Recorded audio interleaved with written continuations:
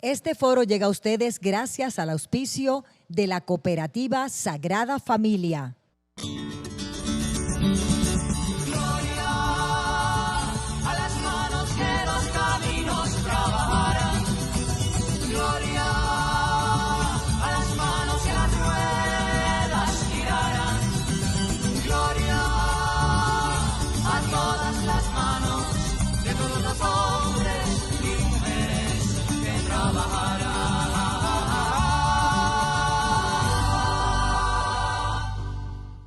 Saludos.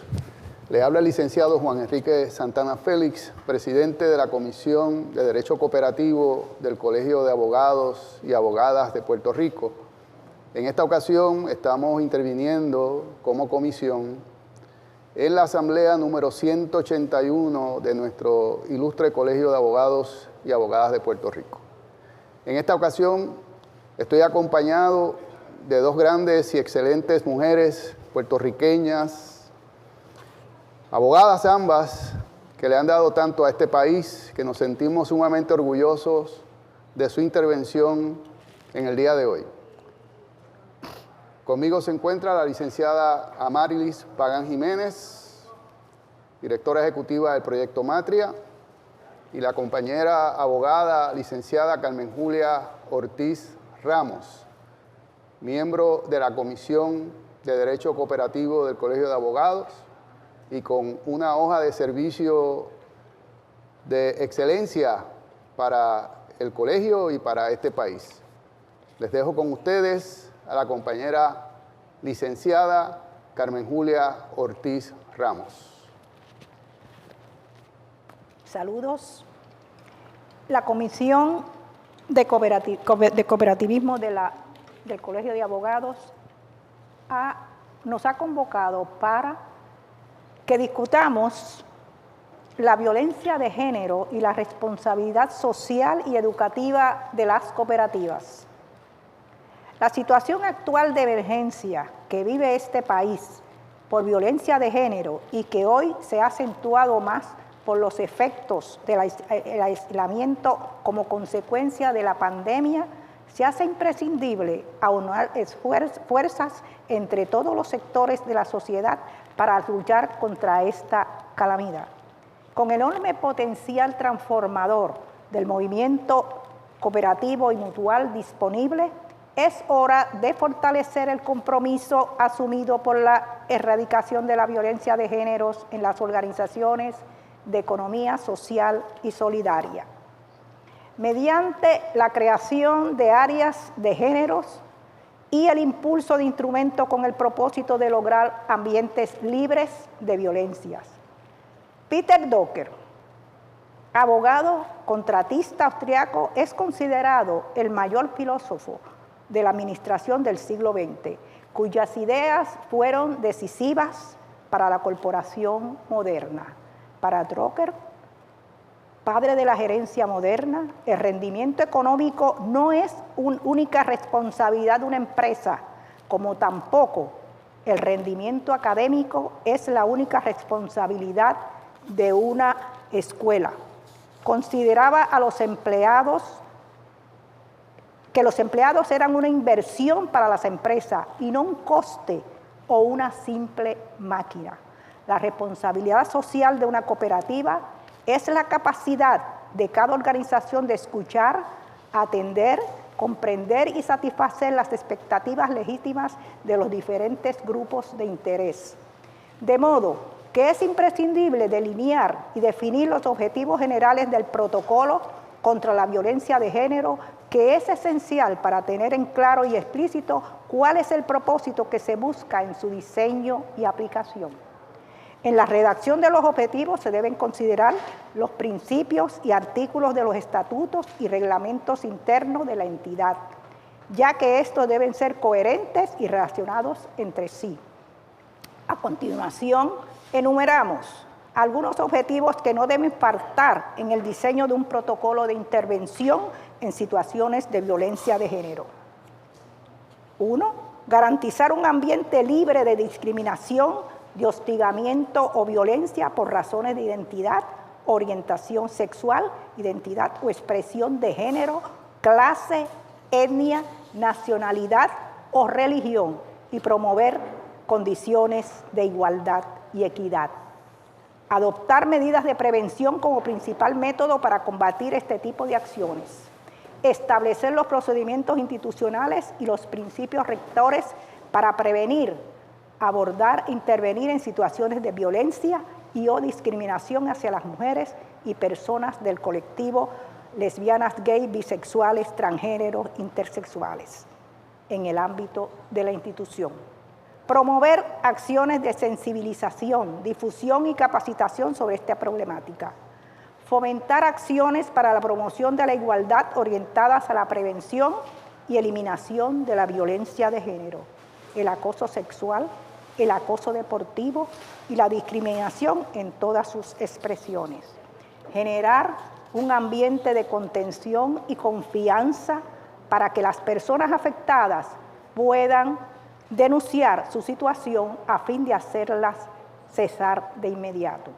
Tener a disposición de las personas afectadas la orientación y asistencia que puedan requerir. Llevar un registro de las situaciones que pueden presentarse a fin de adoptar para futuras nuevas medidas de prevención y perfeccionar los existentes. Establecer las sanciones claras y precisas para quienes ejerzan cualquier forma de violencia o discriminación. La adopción de esta política es responsabilidad principal de los miembros de la Junta de Directores. Deben responder al bienestar que provee la organización hacia sus socios, junta de directores, empleados, proveedores o cualquier otro individuo que forme parte de la cadena de la cooperativa. Además, presenta iniciativas de apoyo a la comunidad, al medio ambiente y a los derechos civiles, así como la transparencia y rendición de cuentas. Las cooperativas se basan en los valores de autoayuda, responsabilidad personal, democracia, igualdad, equidad y solidaridad. Siguiendo la tradición de los fundadores, los integrantes de la cooperativa deben creer en los valores éticos de la honradez, la transparencia, la responsabilidad social y la preocupación por los demás. Basado en el séptimo principio, el cual compete a la comunidad, compromiso con su comunidad. Este es el séptimo principio de los principios de las cooperativas, que ha sido el último que se ha integrado. Las cooperativas trabajan en favor del desarrollo sostenible de sus comunidades mediante políticas aprobadas por los miembros. Las cooperativas son la única tipología de empresa que cuenta con un código de valores éticos acordado a nivel internacional y que funciona conforme a principios aceptados democrática e internacionalmente por las cooperativas que pertenecen a la Liga Cooperativa Internacional ASI. Se trata de directrices que deben ser interpretadas por las cooperativas y que junto con los ejemplos de buenas prácticas que se incluyen, pretenden contribuir a fortalecer el creciente sector empresarial cooperativo de la economía mundial. Objetivo de los principios: lograr la justicia social y que sirva de herramienta para ayudar a transformar la vida de personas con necesidades sociales, económicas y culturales que puedan satisfacer mediante empresas de propiedad conjunta y controladas democráticamente. Las cooperativas trabajan en favor del desarrollo sostenible de sus comunidades mediante políticas aprobadas por sus miembros. Este séptimo principio fue declarado por primera vez por los miembros de la Alianza Cooperativa Internacional en su segunda Asamblea General celebrada en Manchester en 1995. Declaración de Identidad Cooperativa, que todavía es uno de los temas que no se ha difundido mucho en las cooperativas. Antes de 1995, la preocupación por la comunidad se integraba en el séptimo principio, cooperación, que las cooperativas, para servir bien a sus miembros y comunidades, deben cooperar entre sí, tanto a nivel nacional como en el extranjero. La redacción de este séptimo principio fue acordada en el 1995 en el contexto del debate internacional en las Naciones Unidas sobre el establecimiento de los Objetivos de Desarrollo Sostenible. El séptimo principio combina dos elementos de los valores cooperativos, los de autoayuda y responsabilidad propia, y los valores éticos de honestidad, apertura, responsabilidad social y preocupación por los demás.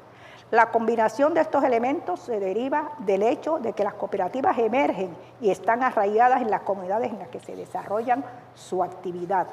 El éxito de cada cooperativa se basa en su capacidad para ayudar a esas comunidades a desarrollarse de un modo sostenible. Los pioneros de Rochester establecieron las rutas en la adopción de sus normas hace ya bastante tiempo. Sus esfuerzos estaban asociados a la mejora de la vida y las condiciones de vida de los miembros de las comunidades donde trabajan. Además, el objetivo económico básico de suministrar bienes y servicios, por ejemplo, su norma primera comprometía a su sociedad con el desarrollo del empleo y la mejora de la vivienda. Las primeras cooperativas fortalecían a sus comunidades mediante la oferta de educación y actividades sociales y culturales. Las salas de reuniones de las cooperativas locales proporcionaban a menudo una infraestructura para el desarrollo de la sociedad civil y de las organizaciones voluntarias y comunitarias. El desarrollo de organizaciones de miembros cooperativas ofrece la oportunidad de desarrollar aptitudes de liderato democrático, habilidades transferibles que enriquecían a las comunidades y vigorizaban el tejido de la sociedad civil. Las cooperativas deben estar abiertas a los miembros de las comunidades en las que trabajan y tienen el compromiso de asistir a las personas en esas comunidades para que consigan ayudarse a sí mismas en todos los aspectos de la vida. Son instituciones colectivas que existen en una o más comunidades. Han heredado tradiciones que se preocupan por la salud y el bienestar de las personas en sus comunidades. Por tanto, tienen la responsabilidad de esforzarse por ser éticos y socialmente responsables en todas sus actividades. La frase, las cooperativas trabajan en favor del desarrollo sostenido de las comunidades. Esta frase enfatiza la preocupación por el desarrollo sostenible de las comunidades locales inmediatas dentro de las que opera la cooperativa. Insta a todas las cooperativas a demostrar que es posible lograr sus objetivos y ser una empresa sostenible que beneficia a sus miembros y que la poseen y la controlan democráticamente, como a las comunidades dentro de las que realiza su actividad. Las tres facetas que componen la preocupación por el desarrollo sostenible de las cooperativas son la sostenibilidad económica, la social y la del medio ambiente. El desarrollo sostenible exige satisfacer las necesidades básicas de todos y extender a todos la oportunidad de satisfacer sus aspiraciones de una vida mejor. El Congreso del Centenario celebrado por la Alianza Cooperativa Internacional ACI en 1995 se aprobó una resolución ratificando que las cooperativas deben asegurarse de que su funcionamiento institucional y sus programas de educación para que miembros concedan total prioridad a los temas medioambientales. En dicho Congreso también se adoptó el principio de preocupación por la comunidad. Séptimo principio. Este principio acoge la preocupación del movimiento cooperativo y el compromiso de trabajar para conseguir un desarrollo sostenible social, económico y medioambiental que beneficie a las comunidades y a los miembros de las cooperativas. La frase, las cooperativas trabajan en favor del desarrollo sostenible de las comunidades. Esta frase sencillamente afirma el compromiso de las cooperativas para beneficiar a las comunidades en las que operan, además de a sus miembros. La frase mediante políticas aprobadas por sus miembros. ¿Qué significa esta frase? En la frase se declara el deber que tienen los consejos rectores y la administración a la hora de conseguir la aprobación de los miembros en Asamblea General para emprender políticas que tengan un impacto positivo en el desarrollo sostenible de la comunidad. Son los miembros los que tienen el derecho democrático de tomar decisiones de política pública que puedan afectar a sus comunidades, a la hora de exigir un mayor compromiso con el desarrollo económico, medioambiental y social de parte de su cooperativa.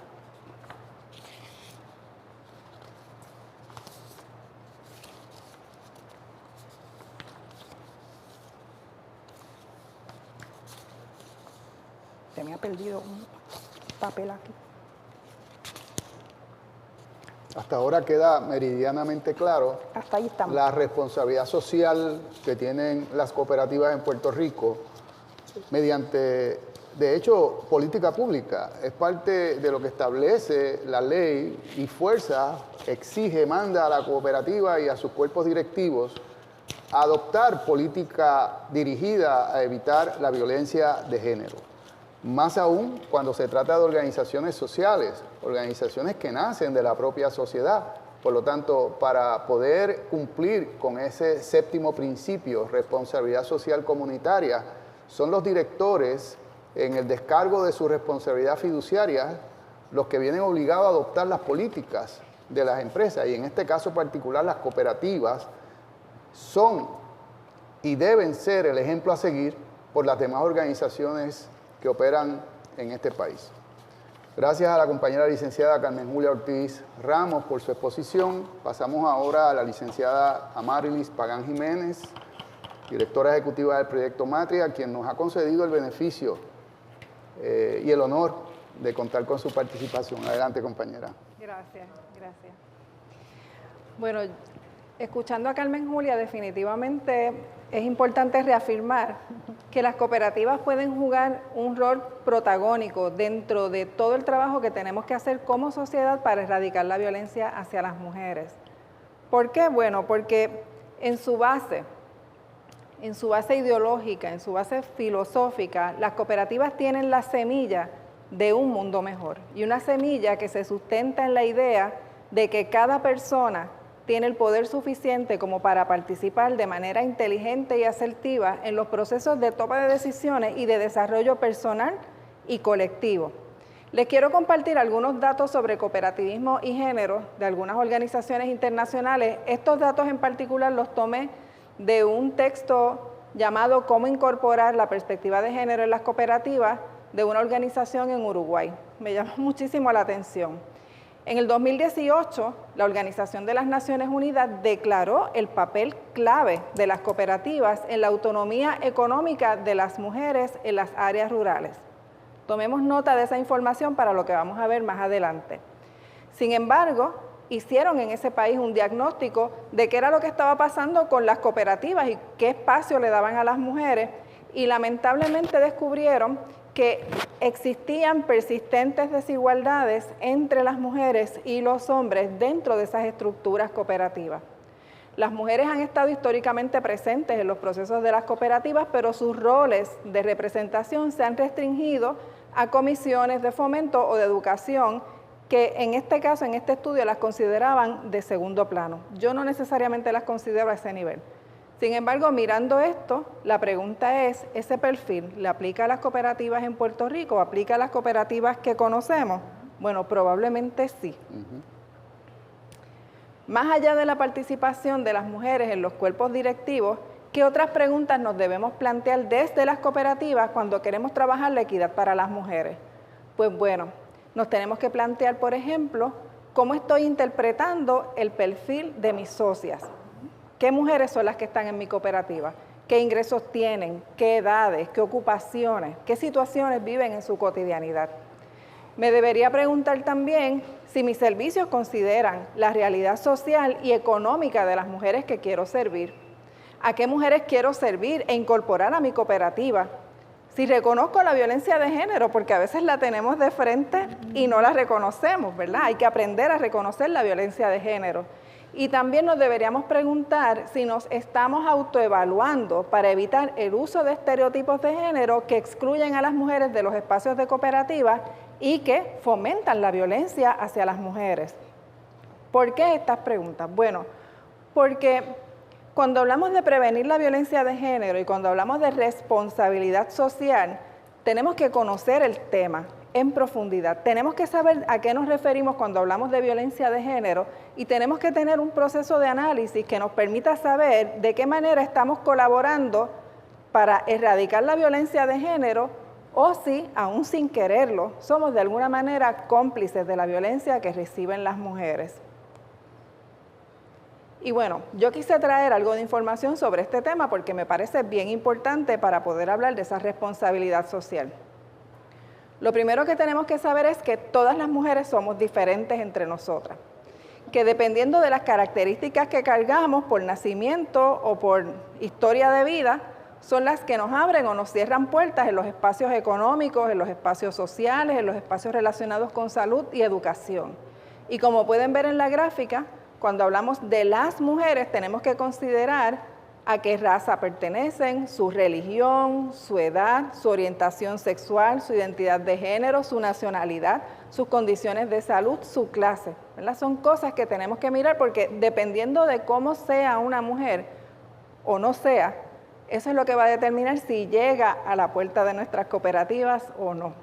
Yo conozco mujeres en mi experiencia de trabajo con Proyecto Matria que saben que existen las cooperativas, pero jamás se han sentido en la libertad de acudir a una cooperativa porque piensan que eso es algo totalmente ajeno a su mundo, ¿verdad? Y es algo que tenemos que considerar cuando hablamos de la prevención de la violencia de género. Y esto me lleva a la discusión sobre los determinantes sociales de la salud y de derechos humanos. Y ustedes dirán, ¿por qué ella está hablando de esto si estamos hablando de responsabilidad social y prevención de violencia de género de las cooperativas? Pues bueno, porque la Organización Mundial de la Salud, en un estudio que realiza multipaís y que actualiza cada cierto tiempo, nos ha dicho claramente que cuando hablamos de la violencia hacia las mujeres, el desarrollo económico, los espacios de equidad son la mejor medida de prevención. Así que la equidad es el antídoto a la violencia de género. Y cuando hablamos de responsabilidad social de las cooperativas y consideramos su valor de equidad, tenemos que mirar este tipo de información. Cuando hablamos de los determinantes sociales de la salud, hablamos de las circunstancias en las que una persona nace y se cría y cuánto acceso tiene, cuánta capacidad genera para cubrir sus necesidades básicas. Definitivamente se relacionan con la distribución de recursos y de poder. Las cooperativas son espacios donde se habla de una distribución equitativa de recursos y de poder, por lo tanto, tenemos que tener en cuenta esos determinantes sociales de la salud. En el caso de los derechos humanos, quizás parecería básico explicarlo en el pleno siglo XXI, pero siempre es bueno repasar que son esos derechos con los que nacemos ya por el mero hecho de ser personas, vienen con nosotras y nosotros, pero no necesariamente son reconocidos ni en nuestros espacios sociales cotidianos ni a nivel gubernamental. Y eso es algo que tenemos que tener presente porque no podemos hablar de responsabilidad social, de equidad y del valor de la vida de las mujeres si no las reconocemos como personas plenas en todas sus diversidades, y a eso atamos también el tema de las comunidades LGBTIQ que suelen ser víctimas de violencia de género por razones muy similares a las de las mujeres. Los derechos humanos en nuestro país, en nuestro planeta, no son tampoco algo de la antigüedad. Lamentablemente tuvimos que esperar al siglo XX para que se reconocieran, y cuando vemos el desarrollo de esos derechos a través de la historia del concepto de persona inclusive, nos damos cuenta que hubo una época oscura de la humanidad donde inclusive había seres humanos que no eran considerados personas. Hemos caminado mucho, estamos en el siglo XXI, pero todavía cuando hablamos de los derechos de las mujeres y de las comunidades LGBTIQ, podemos encontrarnos con sectores que no reconocen esa humanidad, que básicamente nos están pidiendo que regresemos al siglo X, al siglo XI, y se les olvida que una vez persona, siempre persona, el avance de la humanidad no es algo que podamos detener caprichosamente, pero el precio de mantener los avances de la humanidad es el mantenernos en una situación de constante vigilancia. Cuando hablamos de los derechos humanos de las mujeres en el Puerto Rico de hoy, tenemos que preguntarnos, ¿todas las mujeres en Puerto Rico tienen derecho a educarse? ¿Tienen derecho a trabajar? ¿Tienen derecho a vivir en paz? ¿Se les respetan sus derechos sexuales y reproductivos? ¿Tienen participación política efectiva? ¿Tienen acceso a las esferas de poder? No necesariamente.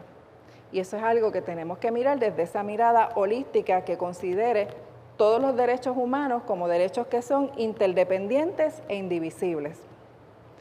Y, como les mencioné ahorita, los derechos humanos protegen. Y los derechos humanos no son los que usualmente la gente piensa, el derecho a vivir. Pues no, son derechos mucho más específicos, como el derecho a la alimentación, a la educación, a tener servicios legales, acceso al crédito, a la transportación, al trabajo, a la seguridad, servicios de salud y psicológicos y vivienda.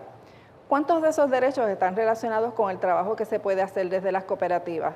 Muchos de ellos, porque las cooperativas no solamente son de ahorro y crédito, tenemos cooperativas también que son de servicio, y desde las cooperativas de ahorro y crédito se pueden apoyar otros tipos de cooperativas. Y si volvemos a la imagen de la mujer o de las personas LGBTIQ y los derechos humanos a los que deberían tener acceso para estar protegidos y protegidas frente a la violencia de género, ahí ya nos vamos teniendo pistas de por dónde debería ir esa responsabilidad social de las cooperativas.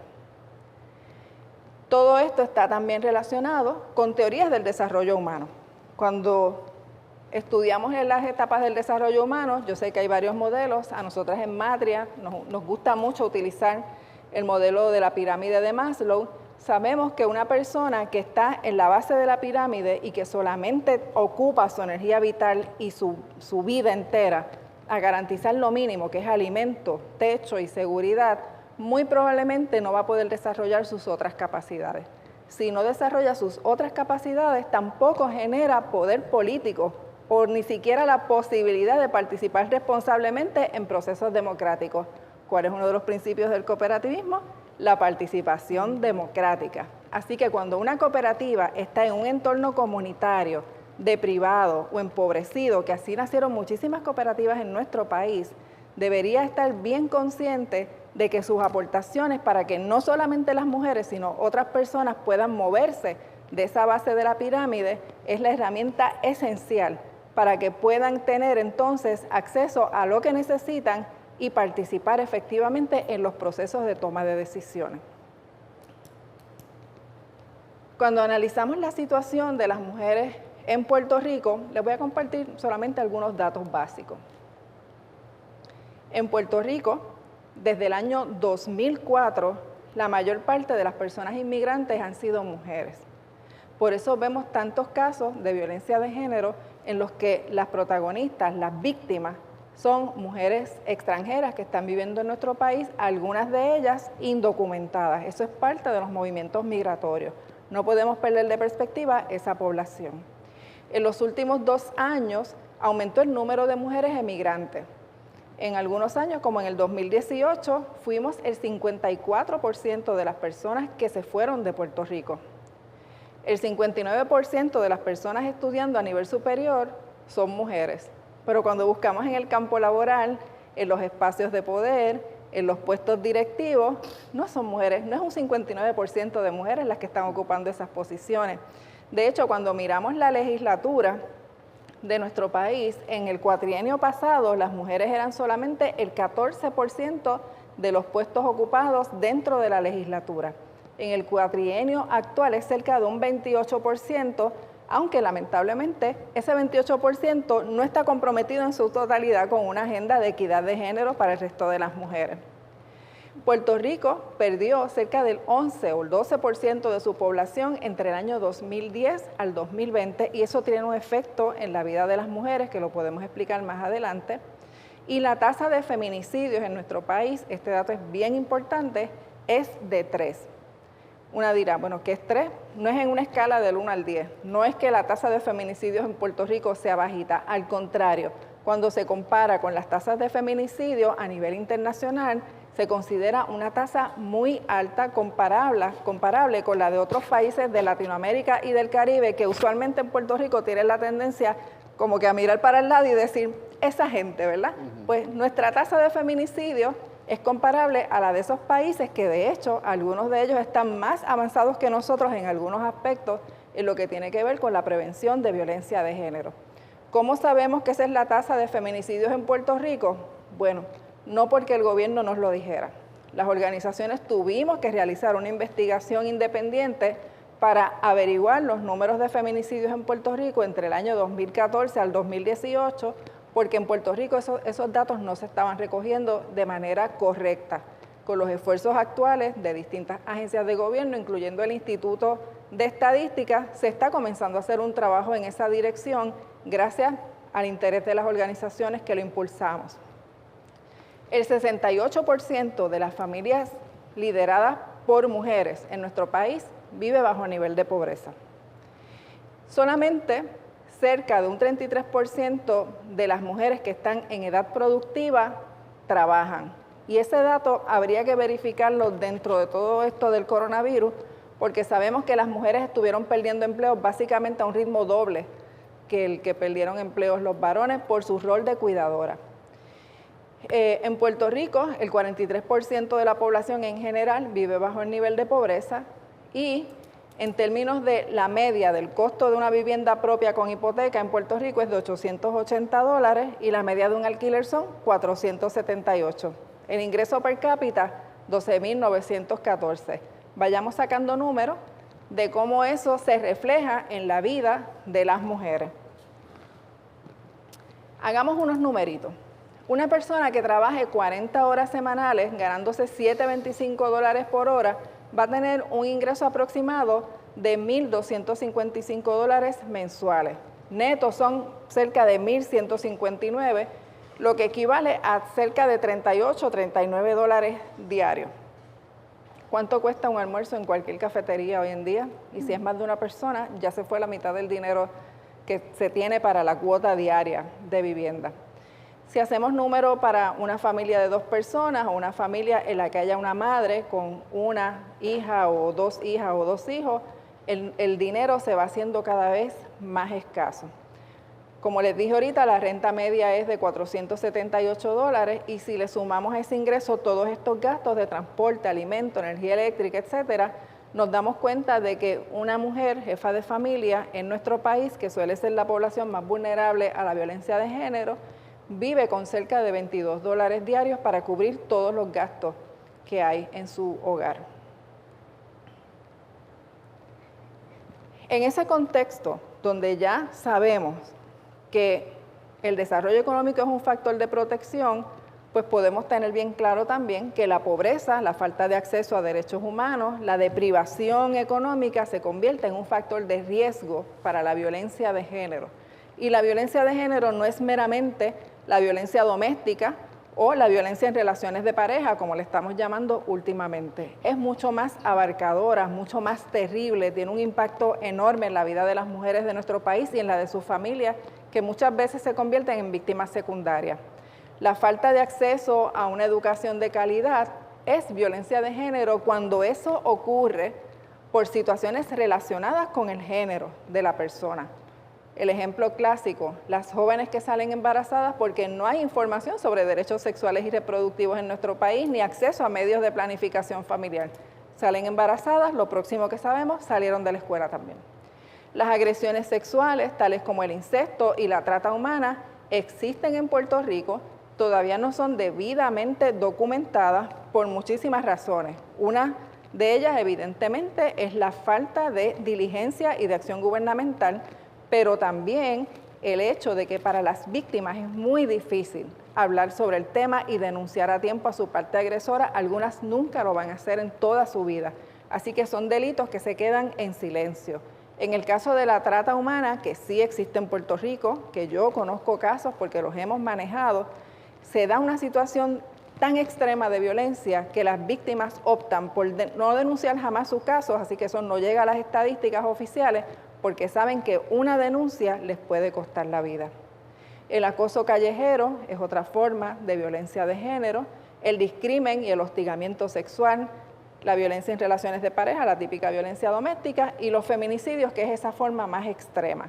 Pero como van a ver en el pie de la diapositiva, la pobreza, que incluye la falta de vivienda, de salud, de trabajo, de educación, de servicios legales, es otro tipo de violencia.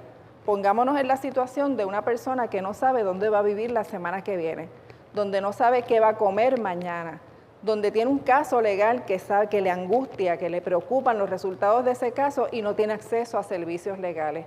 Todas esas son formas de violencia y que cuando ocurren en este contexto de mujeres viviendo en pobreza, porque nuestra estructura social, eso es lo que fomenta cuando le asigna un rol de cuidadoras o cuando las prejuzga o cuando las acomoda en ciertos estereotipos sexistas, pues estamos hablando de que como sociedad, todas y todos de alguna manera somos responsables de la violencia de género y todas entonces, si asumimos una responsabilidad social desde las estructuras económicas y sociales que ocupamos, podemos hacer una diferencia. Así que bueno, repasando, la equidad es el antídoto a la violencia de género, pero con o sin violencia de género de por medio, a mí me parece bien importante que desde el sector cooperativo se trabajen medidas de justicia económica y de equidad para las mujeres, porque es algo que debe estar en cualquier agenda cooperativista y social. Si estamos hablando que la base del cooperativismo es la participación, es la equidad, es la justicia, tenemos que entonces tener bien claro en nuestra agenda de trabajo que hay que trabajar con las mujeres y sus particularidades. Pensando desde el derecho, porque no dejo de ser abogada, ¿verdad? Sabemos que cuando hablamos de la violencia de género, podemos acercarnos desde múltiples espacios, desde el servicio directo, desde la abogacía, el trabajo organizativo, el activismo de derechos humanos, y que hay múltiples espacios para hacerlo, incluyendo organizaciones de base, organismos internacionales, agencias de gobierno, la academia, colectivos de activismo, pero también espacios de desarrollo económico.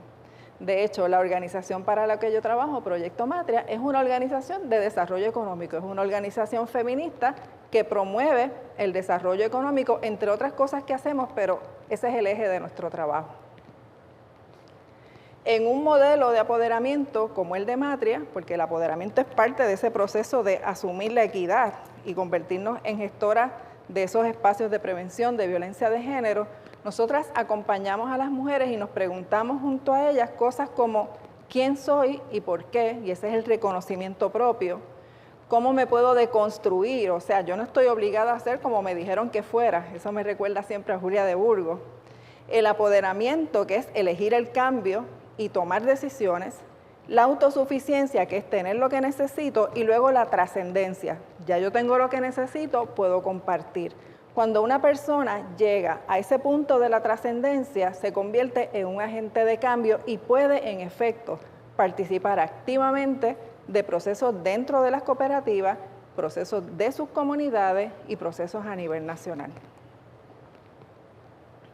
Si traducimos todas esas preguntas y la información previa, pues qué pistas tenemos, ¿verdad?, sobre lo que debe ser el rol de las cooperativas a la hora de adelantar la equidad de género. Y fíjense que yo estoy hablando de adelantar la equidad de género, pero es porque estamos bien conscientes que ese es el antídoto a la violencia de género. Eso es algo que quiero que todas y todos nos llevemos en la mente en el día de hoy. El cooperativismo ha sido un espacio idóneo para adelantar la equidad. Sus valores de democracia y equidad deberían facilitar las estrategias dirigidas a garantizar la participación de las mujeres. Las mujeres han sido parte de todos los movimientos cooperativistas desde el principio. Las cooperativas pueden promover la creación de esos empleos que tanto necesitamos. También pueden lograr espacios laborales más justos. Y bajo la premisa de una persona, un voto, las voces de las mujeres deberían tener igual peso en los procesos de las cooperativas. Sin embargo, ¿verdad?, aquí es donde tenemos que preguntarnos, ¿cómo estamos llevando esto a la realidad? Pues miren, para contestarnos esa pregunta, tenemos que tomar en cuenta conceptos como los siguientes: costo de vida, pobreza de tiempo y economía del cuidado. Son conceptos que tenemos que manejar siempre que hablamos de violencia de género, de desarrollo económico y de equidad como antídoto. ¿Por qué? En Puerto Rico, ese salario mínimo no equivale a lo que se conoce como el cost of living wage. O sea, no equivale al salario que tú necesitas para tener una vida digna. Lo que provoca que a veces las personas, no solamente las mujeres, tengan que tener no uno, sino 2 empleos para cubrir sus necesidades humanas básicas. En el caso de las mujeres, el asunto del costo de vida se complica porque por su rol de cuidadoras, ya no solamente de niños y de niñas, sino también en muchas ocasiones de madres, padres u otros integrantes de su familia, tienen que dividir su tiempo entre producir el ingreso para sostener esa familia y a la misma vez hacerse cargo de todo ese proceso familiar, de mantener una familia hábil, saludable y en proceso de desarrollo. Cuando sumamos esas 2 cosas, entonces comenzamos a hablar de pobreza de tiempo. ¿Y qué es pobreza de tiempo? Cuando tú logras lo básico para mantener tu vida funcionando, no tienes espacio para el ocio, ni para la reflexión, ni para el autocuido. Una persona que está en una condición de pobreza de tiempo puede participar en procesos cooperativos, puede desarrollarse económicamente y profesionalmente, no necesariamente. Así que es importante que tengamos eso en nuestras mentes cuando hablamos también de la autosuficiencia, que es un proceso que es elemental dentro de todo lo que tiene que ver con desarrollo económico. Es algo que no es individual, que tiene que ver con las situaciones particulares de la gente, con los derechos humanos y con el contexto social. Así que bueno, vamos a ver. Pasos para incorporar efectivamente a las mujeres en procesos de desarrollo económico y procesos relacionados con cooperativas, de manera que las cooperativas puedan ejercer su responsabilidad social de ayudar en la prevención de la violencia de género. Vamos a hablar primero a nivel macro. Número 1, conocer de primera mano las barreras que enfrentan las mujeres y evaluar las causas y efectos de esas barreras. Hay estudios en Puerto Rico que apuntan a barreras como las siguientes: la falta de capital semilla gratuito para iniciar los negocios, barreras para la obtención de permisos, cuando estamos hablando de mujeres que deciden, bueno, no consigo empleo, me hago empresaria, ¿verdad? La brecha tecnológica. En Puerto Rico, cerca del 40% de los hogares no tienen un acceso real a Internet y mucho menos conocimiento técnico de cómo manejar una computadora. Creemos que todo el mundo lo hace, pero las estadísticas nos dicen que eso no es así. No hay transporte colectivo, por lo tanto, esa es otra barrera para mujeres que están en proceso de desarrollo. También la falta de cuidado infantil, la falta de respuestas asertivas a situaciones de salud, brechas educativas y la falta de un sistema empresarial que facilite la movilidad de productos y servicios. También, pasos para incorporar efectivamente a las mujeres en estos procesos incluye educar y educarnos sobre las aportaciones que pueden hacer las mujeres a la economía del país.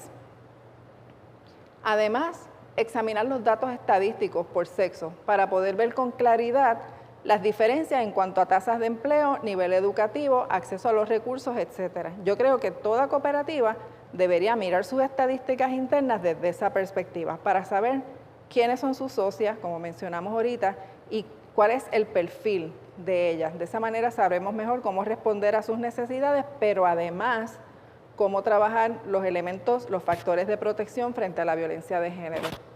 También evaluar el marco normativo y reglamentario para ver si existe un entorno propicio para la equidad de género y estudiar las repercusiones de esas regulaciones en la vida de las mujeres. También debemos constantemente examinar cómo los roles por género y otras creencias basadas en estereotipos de clase, de raza, orientación sexual, identidad de género, estado migratorio, diversidad funcional, inciden en la capacidad de acceso de las mujeres a actividad económica. También ver qué tipo de empleo suelen ocupar las mujeres y por qué. Hay un asunto ahí de estereotipos de género. Nosotras por mucho tiempo en Matria incentivábamos que nuestras participantes se prepararan en oficios no tradicionales, plomeras, electricistas, técnicas de refrigeración, y en los institutos, cuando iban, las trataban de redirigir para que fueran asistentes administrativas, enfermeras, otros oficios que son los tradicionalmente asignados a las mujeres. También debemos examinar cómo estamos representadas las mujeres en los grupos que toman decisiones, tanto asociaciones empresariales como sindicatos, incluso a nivel político y bueno, pues también en las cooperativas, ¿verdad? ¿En qué partes de la cooperativa es que están nuestras compañeras mujeres? ¿Están en la junta directiva? ¿Están en comités de trabajo? Cuando vamos a la plantilla de empleadas y empleados, ¿qué puestos ocupan ahí? ¿Qué nivel de jerarquía? ¿Cómo manejamos las jerarquías dentro de las cooperativas? Son cosas que tenemos que estar mirando. Así que desde el cooperativismo, cuando hablamos de prevenir la violencia de género, siempre pensando desde el punto de vista de la equidad como antídoto a la violencia de género y la equidad desde el campo del desarrollo económico como una medida bien importante, bueno, pues comenzar por educar al personal, a las socias, socios y los cuerpos directivos sobre el tema. Esto es bien importante. Yo no dejo de sorprenderme con el número de personas tan alto en nuestro país que todavía no entiende de qué estamos hablando cuando hablamos de violencia de género y no entiende la importancia del tema. También examinar esas políticas y procesos de participación en las cooperativas para cerciorarnos de que toman en cuenta aspectos tales como la pobreza de tiempo, el rol de cuidadoras que se asigna a las mujeres y cómo nuestra estructura social desapodera a las mujeres. Sugerimos también considerar un sistema de cuotas de participación en cuerpos directivos o ser intencionales a la hora de seleccionar portavoces, líderes y personas para asumir tareas que tradicionalmente se asignan por sexo biológico y no por capacidades. Además, tener bien claro que cuando hablamos de equidad también incluye a las personas de las comunidades LGBTIQ. ¿A qué nos referimos, por ejemplo, con ser intencionales a la hora de seleccionar personas para distintos puestos? Pues miren, yo he estado en muchísimos espacios donde decimos, vamos a dar una conferencia de tal tema. Y cuando empiezan a poner nombres sobre la mesa de a quienes vamos a invitar como conferenciantes, muchas veces los primeros nombres que salen son todos de varones. Varones muy capaces, de eso a mí no me cabe duda.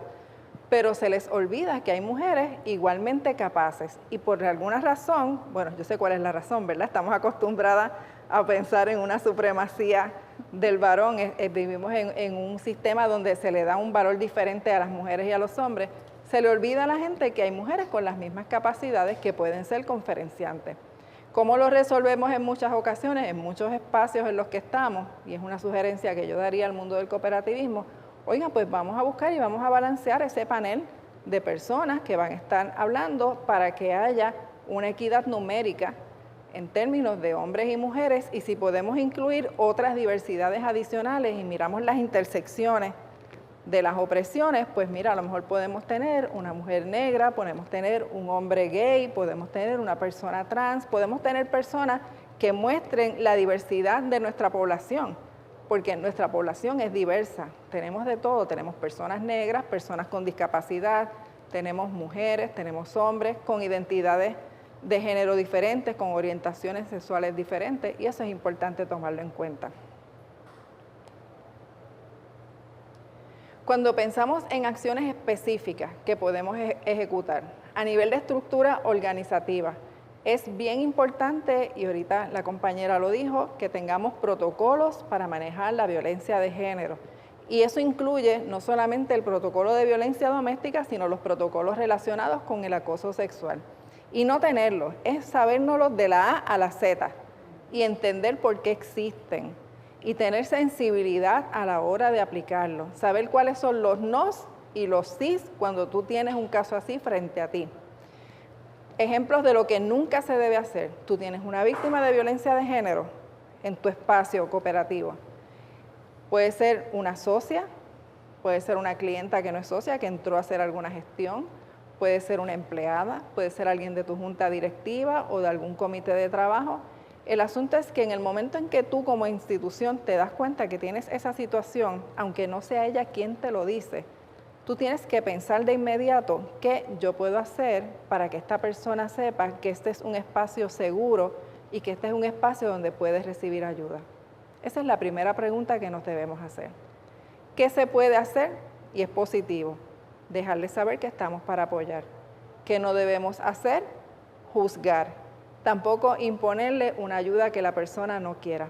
En situaciones de violencia de género, las víctimas no siempre están preparadas para hablar o para recibir ayuda en ese momento, pero dejarles saber que la ayuda está disponible es un gran paso, es un gran adelanto. Además de tener esas regulaciones y tener una persona dentro de la cooperativa que sepa cómo manejarlas y que los demás sepan que esas personas que van a redirigir la acción, debemos tener bien claras las políticas de confidencialidad. La violencia de género no es algo para chismear en el café, ¿verdad? No es algo que tú te enteraste y se lo dijiste al otro o a la otra que tienes al lado, mira, fulana es víctima de violencia de género o yo sospecho que fulana es víctima de violencia de género. La confidencialidad es bien importante, no solamente por la dignidad de la víctima, sino por un asunto de seguridad. No sabemos en qué momento una información que se cuele de un lado al otro pueda llegar a oídos de la persona agresora y provocar un evento mayor. ¿Ok? Esas son cosas que tenemos que tener en cuenta y que yo estoy segura que muchas de las cooperativas sí se están preparando en esa área, pero que siempre es bueno recordarla. También es bien importante que trabajemos afirmativamente para garantizar horarios y espacios de reunión accesibles para mujeres trabajadoras y cuidadoras. ¿Por qué menciono esto? Porque cuando decimos a rajatabla, yo trato a todas y a todos por igual, y estos son mis horarios, y se nos olvida todo lo demás que hablamos, del rol de cuidadoras, de la pobreza de tiempo, de todo lo que implica, bueno, pues después tú te preguntas por qué en el salón no tienes las mujeres que esperabas. Y es que el horario que se trabajó no es un horario que sea hábil, a menos que tú tengas disponible cuido para niñas y niños y tengas otras cosas que le permitan a las mujeres llegar. Cuando yo comencé en el mundo del cooperativismo, mi hija mayor era una bebita y yo daba talleres al comité de educación y a los delegados, y a mí me permitían dar los talleres con mi hija al hombro, o a veces yo estaba dando el taller y ella estaba caminando detrás de mí, y yo podía dar el taller porque tenía ese beneficio. Si me hubieran dicho, no, esa niña no puede entrar aquí, bueno, pues yo no hubiera podido participar. Y son cosas que tenemos que tomar en cuenta. En la medida en que los espacios son espacios abiertos, amables, para que las mujeres puedan llegar con sus circunstancias, esos son espacios que previenen la violencia de género, porque son espacios en los que ellas pueden desarrollar vínculos de trabajo o vínculos colaborativos seguros, en los cuales ella podrá en su momento pedir ayuda si la necesita, y si en esos espacios aprovechamos y tenemos material educativo y reforzamos la idea de que es un espacio seguro y que hay ayuda para alguien que se sienta que esté en una situación de violencia de género, ya estamos haciendo un gran trabajo, ya estamos abriendo una puerta de escape para una mujer que esté en una situación. Además, nosotras recomendamos revisar los paquetes de beneficios que se tienen para las empleadas y los empleados, varones también, con cuidado infantil, licencias por maternidad y paternidad. ¿Y por qué incluyo a los varones? Porque en la medida que reconocemos a los varones como cuidadores responsables y como parte de las personas que tienen derecho a licencias de paternidad cuando nace un niño o niña, ¿qué estamos haciendo? Le estamos quitando la carga del cuidado de manera exclusiva a las mujeres, estamos distribuyendo la carga. Y eso es una gran medida de prevención de violencia de género que puede ser parte de un paquete de responsabilidad social de una cooperativa. También nos deberíamos comprometer con el uso del lenguaje inclusivo, porque visibiliza y le permite a las mujeres y a las personas LGBT sentir que son parte de ese espacio. También debemos rechazar expresamente cualquier uso de lenguaje sexista, homofóbico o alusivo a cualquier otro tipo de discriminación. Cuando usted permite en su espacio que se hagan chistes de esa índole, el mensaje que le está dando a las mujeres es de que valen menos y que no van a ser respaldadas en una situación de violencia. Y el mensaje que le está dando a los varones es que en ese lugar ese tipo de conducta se permite. Y como se permite, se le está dando un permiso implícito para actuar de manera violenta con compañeras de trabajo o en su hogar. También debemos visibilizar las aportaciones de las mujeres a la historia del cooperativismo. Y eso es bien importante. Hay que visibilizar la historia de las mujeres en todos los ámbitos del saber humano, porque en todos hemos estado. Pero particularmente en el campo del cooperativismo es una gran forma también de crear todo ese ambiente que quisiéramos ver, en el cual se sienta que se respeta, se valora a las mujeres y por lo tanto estamos en la posición de apoyarlas en situaciones de violencia de género. Y bueno, cerciorarnos de que estamos aplicando lo de igual paga, igual trabajo adecuadamente en nuestras cooperativas, en nuestros espacios, porque eso es más fácil decirlo que hacerlo.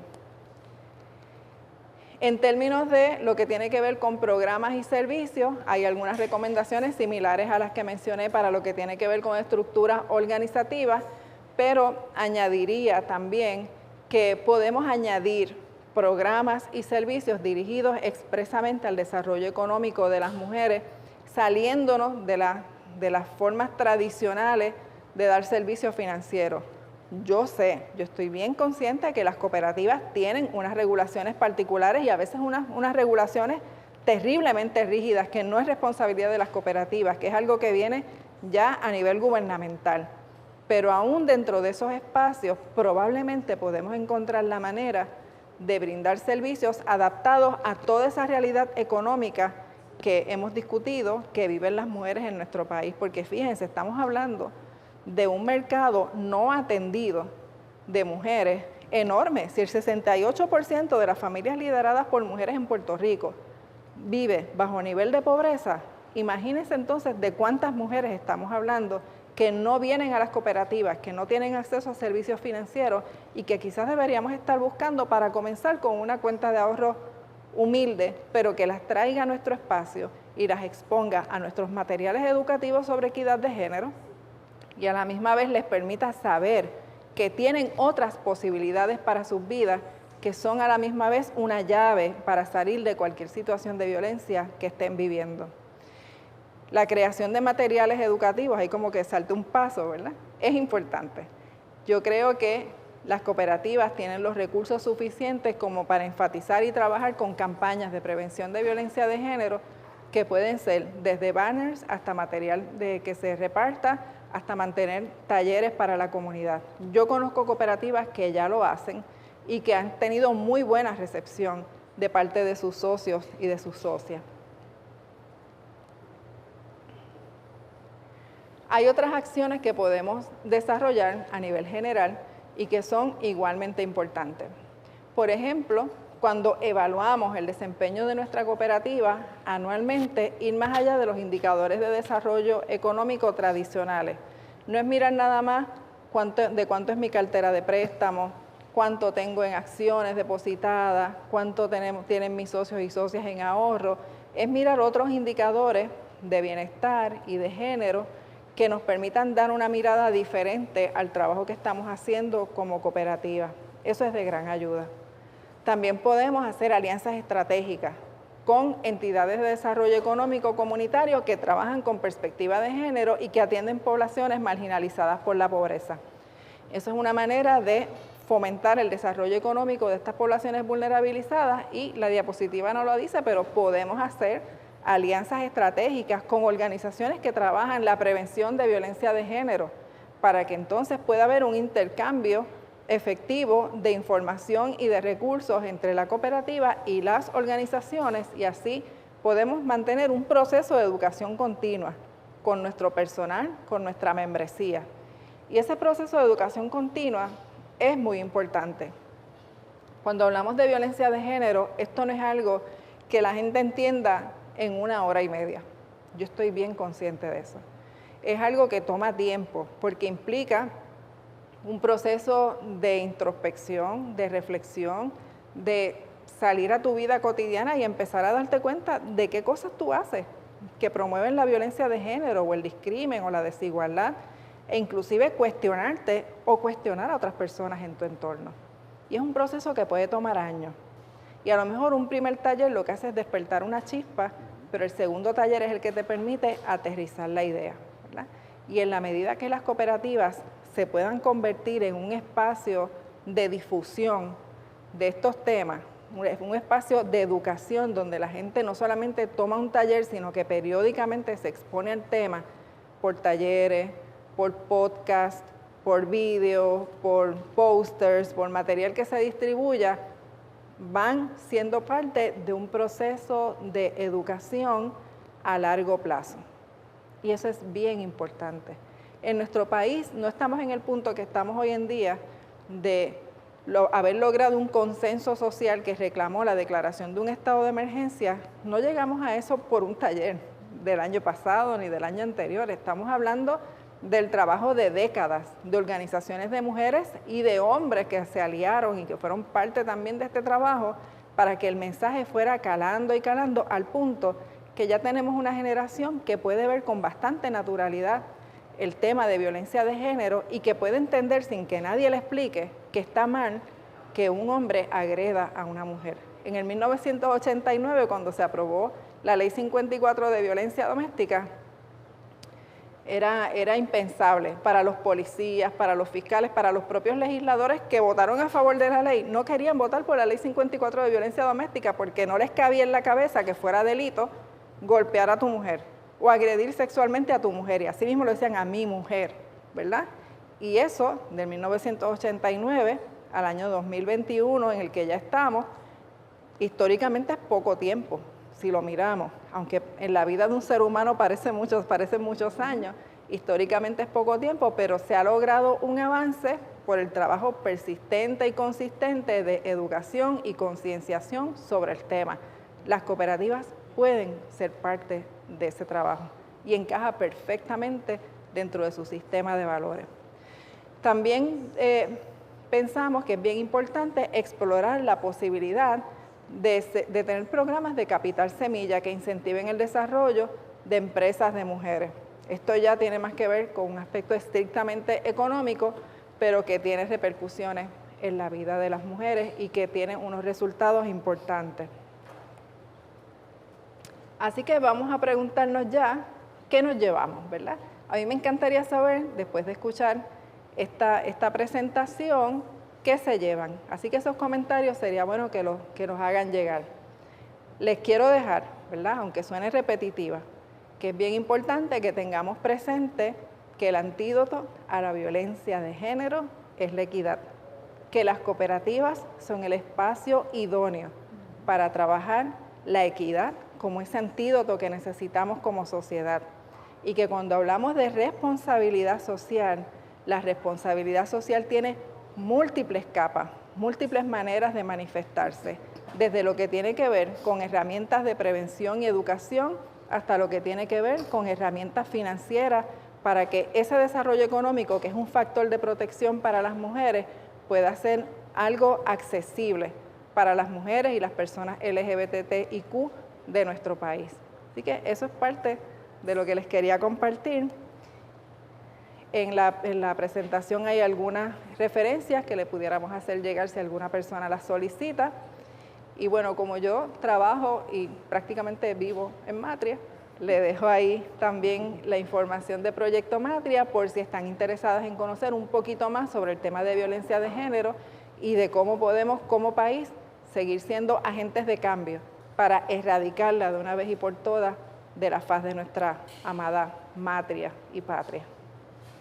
Gracias a la compañera Amarelis Pagán Jiménez, la Comisión de Derecho Cooperativo del Colegio de Abogados de Puerto Rico y abogadas ha sembrado la semilla, y esa es la intención de este conversatorio, coloquio, desarrollar conciencia sobre esa responsabilidad social comunitaria que vienen llamados todos los cuerpos directivos a descargarla. Nosotros, como dije ahorita, nos sentimos honrados por la participación de estas dos distinguidas compañeras puertorriqueñas que han aportado su granito de arena para que ese trabajo colectivo en la economía solidaria que llamamos cooperativa se dé y se tiene que dar. Definitivamente que espero que una vez se ponga público esta presentación, las cooperativas hagan lo propio y pidan copia de la misma para que lo pasen directamente en cada uno de sus cuerpos directivos, sin excluir a ninguno de ellos, y particularmente a la juventud, que también hace falta que desarrollen conciencia sobre el tema. Si no hay otro comentario de parte de la compañera Pagán Jiménez, de parte de la compañera Ortiz, pues agradecido a todos y a todas por la participación que nos permitieron en este evento.